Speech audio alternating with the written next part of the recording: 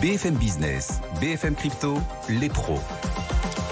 BFM Crypto, les pros, comme tous les vendredis, avec nos trois invités. Dans un instant, on sera avec Valentin Nico, qui nous attend depuis Bourse Direct. Et puis en plateau, deux invités, Alexandre Stachenko, cofondateur de Blockchain Partner. Ça va être dur, hein.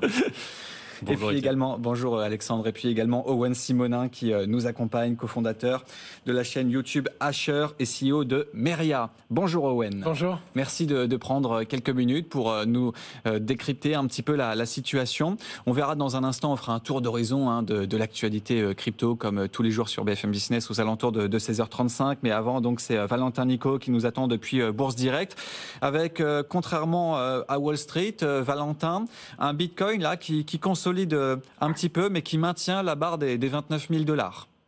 Oui, en effet. Après, on attendait ce chiffre un peu comme sur le marché action attentivement, et il n'y a pas d'impact important, donc on va dire qu'on a quand même, on est passé outre. Maintenant, d'un point de vue technique, comme on s'est eu hier, on continue sur cet élan de prise de bénéfices naturellement, qui était à prévoir depuis qu'on avait touché les résistances à 30 000 et 1950 sur l'Ethereum. Donc, on avait perdu environ 3,5% sur le Bitcoin et 3,2% depuis les résistances. Et on s'attend à une poursuite du mouvement de notre côté jusqu'au, comme dit hier, 28 000 et 1850, qui sont nos zones, on va dire, de renforcement sur le Bitcoin et l'Ethereum. On se laisse porter par la tendance. Les chiffres d'aujourd'hui nous ont pas fait passer sur un mode risk-off, et on reste à la recherche d'actifs risqués sur le marché, et c'est très bien pour le marché crypto. Et si je devais parler d'un dossier qui me semble intéressant en ce moment, j'aurais parlé de Solana, qui au niveau de la tendance est une des plus positives, le volume est parmi ceux les plus rassurants. Et d'ailleurs, elle tient sur la semaine, c'est une des rares qui tient sur la semaine et qui reste positive. Et nous, on garde en tête des zones de polarité à 22 et 20 euros pour rentrer sur cette dynamique haussière qui semble la plus pertinente en ce moment en tout cas. Voilà. Merci beaucoup Valentin Nico de nous avoir accompagnés cet après-midi, membre de la cellule info d'experts de Bourse Direct, et donc un Bitcoin qui consolide très légèrement, moins 1,5%, toujours au-delà des 29 000 $ à 29 192 $. Comme tous les jours, avec nos invités, on va faire un tour d'horizon donc de l'actualité crypto, et donc aujourd'hui Owen Simonin et Alexandre Stachenko. On commence avec vous, Owen, et puis sur ce volte-face de Binance US qui finalement veut sauver Voyager Digital. Alors on est au 5e, 10e, 20e épisode de cette fameuse série.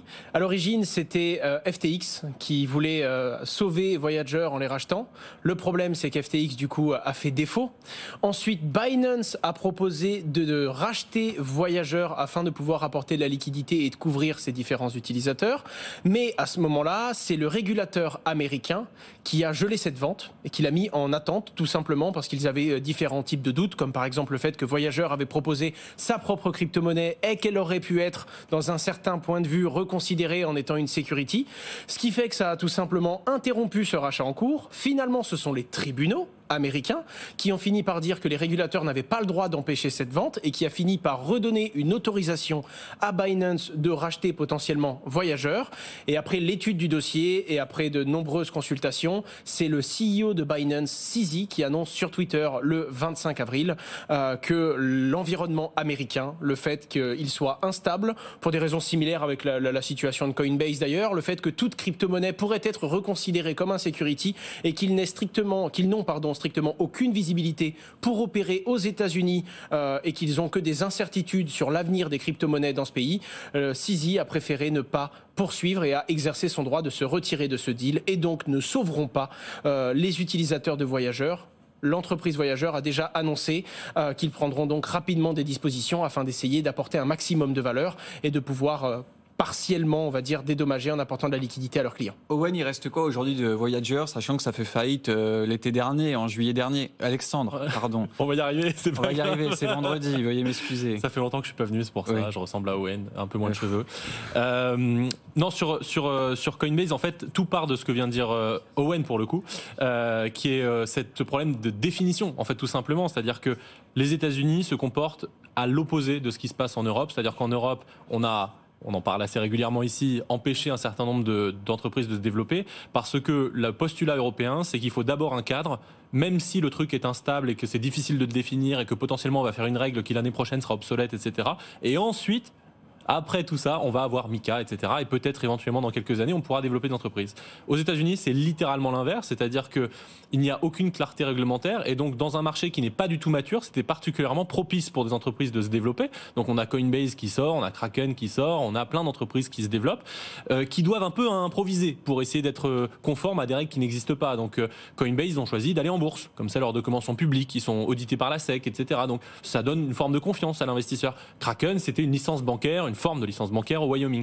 Mais en fait, on arrive un peu dans ce moment de transition où après FTX, c'est plus possible. Le marché, il a besoin d'avoir de la clarté réglementaire aux États-Unis. Et donc, il y a cette sorte de renversement où les Américains regardent l'Europe. Et d'ailleurs, c'est presque les seuls à dire que ce qui se passe en Europe est bien parce eux, ils sont matures. Donc, ils ont envie de se développer à l'international. Donc, ils ont besoin de ce contexte réglementaire qui évolue. Et donc, Coinbase a reçu cette fameuse Wells Notice, donc qui est une forme d'avertissement de la SEC qui leur dit attention, bientôt, il va y avoir du grabuge potentiellement. Mais là où c'est problématique, et je suis assez d'accord avec Brian Armstrong et d'ailleurs avec Sisi sur ce sujet-là aussi, c'est que c'est très difficile parce que les régulateurs américains ne peuvent même pas définir ce qu'est une crypto. Et ils refusent de le faire. Donc, les Coinbase en particulier, ça fait très longtemps qu'ils envoient plein de messages, qu'ils essayent de collaborer avec les autorités, qu'ils essayent de dire est-ce que les securities laws s'appliquent ou pas, qu'est-ce que je dois faire pour être conforme à une loi qui n'existe pas.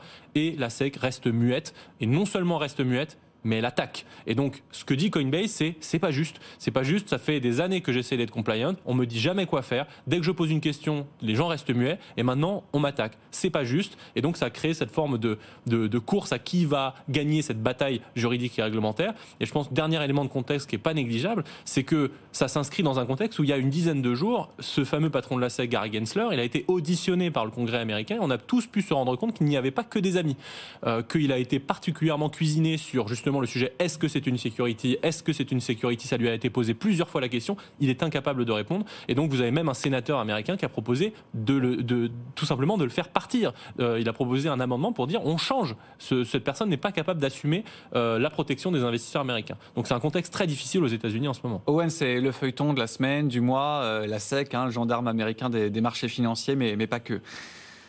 Non, tout à fait. Il y a eu cette semaine, il y a eu beaucoup de choses, notamment des gros mouvements sur les crypto-monnaies. Il y a eu quelques suivis qui ont été relativement intéressants. Alors c'est toujours compliqué parce qu'on n'arrive pas à savoir quand il y a des mouvements de panique. Est-ce qu'ils sont whales. Voilà. Est-ce qu'ils sont la cause des baisses? Ouais. Est-ce que c'est ce qui fait baisser les cours? Et c'est très facile de se trouver des excuses quand on voit les cours baisser. On peut trouver une raison à s'y faire. En attendant, il faut comprendre que sur le réseau Bitcoin, il y a des très grosses adresses qu'on appelle les fameuses baleines, les fameuses whales, et qui détiennent de très grosses quantités de crypto-monnaies.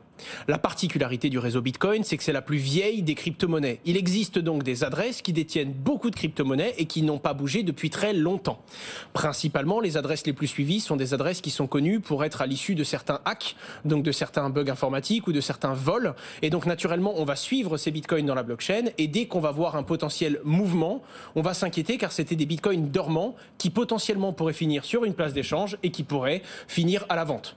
Et donc, les plus grosses adresses et les mouvements des fameuses whales inquiètent l'entièreté du réseau parce qu'on le sait, quand Bitcoin perd de la valeur, ça se répercute sur l'entièreté du marché. Contrairement à plein de crypto-monnaies qui ne vont pas impacter Bitcoin, Bitcoin, lui, est un métronome et il donne la mesure pour tout le monde. Et donc, naturellement, dans une période comme celle-ci, quand on voit une très grosse adresse qui bouge, et on a eu plusieurs gros mouvements qui vont de plusieurs milliers de Bitcoin parfois, naturellement, il y a eu tout de suite des suspicions, des gros mouvements qui ont été faits cette semaine. Pour l'instant, des mouvements qui se font entre adresses elles-mêmes, qui ne finissent pas sur une place d'échange et donc qui ne sont pas à la vente. Mais ce qu'il faut également comprendre, c'est que ces gros détenteurs de crypto-monnaies, quand ils décident de vendre, ils préfèrent trouver un deal OTC, donc un deal en direct avec un acheteur, plutôt que d'aller vendre sur une place de marché, vu qu'on parle de très gros volumes. En vendant, ils vont eux-mêmes faire baisser le cours du Bitcoin et ils vont eux-mêmes finalement cannibaliser leur vente et perdre une partie de ce qu'ils possèdent. C'est un peu comme en bourse au final. Totalement, pour le coup, on en revient sur une dynamique très basique d'offre et de demande et de gros détenteurs qui lui-même peut apporter des problèmes de liquidité s'il décide de vendre massivement. Et en tout cas, comme la blockchain, elle est transparente, contrairement à beaucoup de choses qui se font en bourse, eh bien, quand il y a des gros déplacements et qu'on voit un détenteur de crypto-monnaie qui réalise un gros mouvement, naturellement, on s'inquiète. Et après, on ne sait pas qui c'est. C'est ça le truc. Pour le coup, tout le monde, il y a certains qui peuvent le savoir, c'est-à-dire que certaines adresses ont déjà donné une identité, certaines adresses sont publiques également, mais en l'occurrence, c'est pseudonyme et donc on ne sait pas qui se trouve derrière l'adresse. Également, à rajouter une différence par rapport à la bourse que les gens oublient souvent, c'est que Bitcoin est un actif et il est échangé partout dans le monde sans plateforme de référence. Et donc en fait, à ce titre-là, il ressemble beaucoup plus, on va repartir sur la question des définitions, mais à une commodity, à une marchandise, parce qu'en fait, on ne peut pas suspendre le cours de Bitcoin. Alors qu'on l'a vu moult fois ces derniers mois, dès qu'une action va mal, dès qu'on prend moins 20, moins 30%, suspension de cotation, et donc ça empêche le cours de baisser d'autant plus. Alors on le rappelle, le Bitcoin qui consolide un petit peu, là, moins 1,6%, 29 000 $. Alors ça fait couler beaucoup d'encre, Alexandre, parfois les émissions carbone émises par le Bitcoin, par le minage. Mais alors vous, cette semaine, dans un article, vous nous dites en fait le Bitcoin, ça pourrait être une solution pour le changement climatique. Ça fait partie de la solution. Hein. Le changement climatique, c'est un problème extrêmement vaste et complexe, donc il y a plein de vecteurs pour essayer de l'attaquer. Mais effectivement, moi je suis parti du constat assez important et assez inquiétant que Bitcoin, contre-intuitivement, ça fait partie de la solution et pourtant c'est présenté toute la journée par tout le monde comme faisant partie du problème. Et donc là où c'est embêtant, c'est que c'est assez activable assez rapidement pour des résultats qui peuvent être assez rapides aussi et qu'on est en train de se battre pour pouvoir déployer une solution au changement climatique. Alors dans cet article, après je vais pas, il fait 56 minutes de lecture selon Medium, donc je vais pas reprendre tout et je redirige les gens vers l'article, mais en gros je fais 2-3 arguments principaux. Le premier, c'est qu'il y a un argument qui est systémique, à savoir d'un point de vue d'un système monétaire, rappeler aux gens en fait que la monnaie actuelle ne l'est pas du tout écologique, à la fois historiquement parce que elle est basée, notamment tout ce qui est pétrodollar est basé sur un accord armes pétrole entre les États-Unis et l'Arabie Saoudite majoritairement. C'est pas que ça, mais je le synthétise ici. Et systémiquement surtout des monnaies fiat, c'est-à-dire qu'on peut émettre autant qu'on veut parce qu'elles n'ont de valeur que ce que l'on croit qu'elles ont. Elles représentent un vrai changement de paradigme dans l'histoire de la monnaie, puisqu'on passe d'une monnaie qui a pendant plusieurs millénaires représenté une énergie passée. Quand je passe une pépite d'or à quelqu'un, il a fallu que quelqu'un travaille pour la sortir de terre, cette pépite d'or. À l'inverse, quand je crée de la monnaie aujourd'hui, c'est une promesse d'énergie future. Et en fait, ce que ça change conceptuellement, c'est que ça va pouvoir favoriser la dette, l'inflation, la création de monnaie, etc. Et donc, statutairement, là je suis même pas dans le complotisme ou quoi, c'est que statutairement la mission des banques centrales est de viser l'inflation. Parce que économiquement l'inflation favorise la consommation, donc c'est bon économiquement, mais quand on prend un prisme climatique, la consommation, non, c'est pas si bon que ça. Donc il faut pas forcément la favoriser. Donc ça, c'est le prisme systémique sur lequel Bitcoin, à mon sens, est largement mieux. Et après, je fais tout un cas sur 2 sujets en particulier qui sont l'équilibrage des réseaux électriques à cause de l'intermittence des ENR et la combustion de méthane qui est un de nos problèmes majeurs sur le changement climatique. C'est un gaz qui est 80 fois plus nocif à court terme que le CO2. Et là-dessus, Bitcoin offre une solution tout de suite, maintenant, alors que l'Agence internationale de l'énergie, par exemple, nous dit que ça fait 15 ans qu'il ne se passe rien sur ce front-là parce que ce n'est pas rentable, tout simplement. Et ça avait même été démontré, tu m'avais parlé de ce qui s'était passé au Texas, si je ne dis pas de bêtises, et il y avait déjà eu des solutions énergétiques grâce au taux d'effacement des mineurs, qui à tout moment, eux, peuvent arrêter de consommer de l'électricité et rendre l'électricité aux citoyens et à ceux qui en ont besoin pendant de courtes périodes de temps, parce que le minage de crypto-monnaie, lui, peut se passer d'électricité sur de courtes périodes, ça ne va pas affecter son rendement sur l'entièreté de l'année, quoi. Et d'ailleurs, un des plus grands défenseurs du minage de Bitcoin maintenant, c'est devenu celui qui était président du réseau électrique texan, parce que maintenant il fait plein de conférences pour dire justement en quoi ça lui permet d'équilibrer son réseau, de rajouter de la capacité dans les programmes d'effacement, de pouvoir être interrompu quand on veut, etc., etc. Et donc lui, c'est devenu un des plus grands défenseurs de Bitcoin, alors même qu'il a plutôt un background énergie, puisqu'il a été président du réseau de New York aussi, il a 30 ans d'expérience dans l'énergie, et d'un seul coup, il devient bitcoiner parce qu'il s'aperçoit que non, c'est pas un problème, en réalité, c'est plutôt une solution. Et donc cet article, on peut le retrouver notamment sur votre compte Twitter, si on veut le retrouver. Mon compte Twitter redirige sur un article Medium, voilà. Mais oui, effectivement, je l'ai publié sur mes différents réseaux pour ceux qui le souhaitent. Voilà, donc sur le compte... Armez-vous de patience. Le temps long est important et effectivement, l'article est long. D'Alexandre Stachenko. Alexandre, alors en ce moment, il y a plein de résultats d'entreprise, on en parle tous les jours sur BFM Business, des résultats d'entreprise, notamment dans le secteur bancaire aux États-Unis. Et il y a une publication qui était attendue, c'était First Republic Bank. On se souvient, il y a un peu plus d'un mois, tout le stress bancaire qu'il y avait par rapport à certaines banques régionales. Et ils ont annoncé la fuite de 100 milliards de dépôts, ce qui à l'échelle de la banque est énorme, hein, puisque c'est pas une très grosse banque par rapport à d'autres géants américains. Oui, non, mais tout est relatif. Ça reste la 12e plus grosse quand même. Oui, non, mais c'est pas JP Morgan. Mais c'est pas JP Morgan, oui. Voilà, par rapport à cela. Bon, en tout cas, le cours de bourse s'effondre. Hein, on est quasiment à 90-95% de baisse depuis le début de l'année. Parce que pas mal de clients seront partis de cette banque. Ouais. Bon, si on veut être un peu taquin d'ailleurs, il faudrait maintenant recommander attention, ne mettez pas dans les banques plus que vous pouvez permettre de perdre. Mais bon, je ferme la parenthèse. Non, il faut être assez prudent sur la causalité entre le prix du Bitcoin et ce genre d'événement à court terme parce qu'il s'en est passé un certain nombre depuis ce début d'année et il faut toujours prendre un peu de recul. Moi, ce qui m'intéresse justement, si on fait ce pas de côté, c'est de regarder le temps long. Je regarde qu'on a eu une faillite qui a été FTX l'an dernier. On a eu 6 mois de pataquès, il faut tout réguler, la crypto c'est nul, c'est le secteur qui est pollué, votre secteur est sale, pour reprendre certains propos connus en France. On a eu depuis le début de l'année faillite de SVB, Signature, on a eu le Crédit Suisse, on a First Republic peut-être, éventuellement, on verra. Dans le tas, il y a quand même des banques majeures, il y a des banques systémiques, Crédit Suisse est une banque systémique, et pourtant on continue quand même de nous dire, rassurez-vous, tout va bien, ce n'est qu'une brebis galeuse entre guillemets. Et c'est bizarre ce discours qu'on n'a pas réussi à avoir en tout cas sur Bitcoin. Maintenant sur le principe, on a en face Bitcoin qui tourne 24 sur 24, 7 jours sur 7, qui n'a pas fait défaut sur cette chose-là. Et on a une corrélation avec notamment l'or qui est en train de progresser. Alors attention, encore une fois, je ne fais pas de conclusion définitive, mais là où ça pouvait être 0,1, 0,2 il y a encore quelques mois, aujourd'hui c'est 0,6. Donc on est déjà beaucoup plus proche. Est-ce que c'est un renversement de tendance ? Ce serait très intéressant. Reste à le confirmer. Et une dernière chose qui n'a pas grand-chose à voir avec Bitcoin, c'est que en fait tous ces problèmes effectivement de retrait de liquidité sont des problèmes très importants à l'ère du numérique, parce que en réalité le bank run ou le bank walk, on va dire s'il est plus lent, il est sous nos yeux, mais comme il est numérique, il n'y a pas de queue, il y a pas au guichet, on ne voit rien et tout le monde peut retirer son argent. Retirer son argent avec une condition, c'est que si vous restez dans le système bancaire traditionnel, vous pouvez le retirer que dans un autre institut bancaire. Et donc ça crée ce genre de conflit où on a vu Janet Yellen aux États-Unis dire à demi-mot oui, on va protéger toutes les banques qui sont systémiques. Sous-entendu, barrez-vous des banques qui sont petites parce qu'en fait, on ne les protégera pas. Et donc, ça crée cette distinction dans le marché où il y avait un sénateur qui lui disait, mais en fait, du coup, vous venez de détruire la concurrence. On va tout canaliser sur 5 banques et puis on ne pourra plus rien faire car ce seront 5 banques qu'on ne pourra pas faire faillite. Et donc ça, c'est très dommage d'un point de vue du marché. Ouais, on rappelle cette situation, c'était au mois de mars. Hein, ça paraît un peu loin maintenant. C'était il y a un gros mois, mais maintenant, on commence à voir certaines croyez-moi, c'était hier. Oui. USDC et son DPEG, c'était hier. Non, le truc qui est incroyable, c'est de se dire est-ce qu'on peut tout sauver systématiquement ? Est-ce qu'on pourrait, parce que c'est vrai que pourquoi est-ce qu'on va sauver les banques systémiques ? Parce que par définition, s'il y en a une qui tombe, mathématiquement, on ne peut pas. Mais il y a un moment où la réalité, je pense que l'approche cartésienne finit par rattraper tout système à un moment ou à un autre. C'est ce qui fait qu'il y a des moments où il y a des révolutions et qu'il y a des changements d'ordre et de fonctionnement. La vraie question, c'est est-ce qu'on trouvera toujours un UBS derrière un Crédit Suisse en une ligne ? Et ça, qui sera l'UBS du BS ? Qui sera l'UBS du BS ? Après, il y a les États, hein, on l'a bien vu, les banques centrales. Si mais l'État, c'est vous et moi. Oui, non, mais après, il y a les banques centrales. C'est vous et moi aussi. Oui, d'une certaine façon. Non, mais sauf qu'ils ont de l'argent illimité et on se bat pas contre une banque centrale. Bien sûr, illimité, en 2008, ça a quand même fini par affecter finalement le portefeuille du particulier d'une manière ou d'une autre. En fait, après, là, c'est une question de projection dans le futur. De toute façon, personne ne peut avoir raison, puisque par définition, on est en train de regarder dans le futur. Mais d'un point de vue de la théorie économique, à un moment donné, quelqu'un va payer.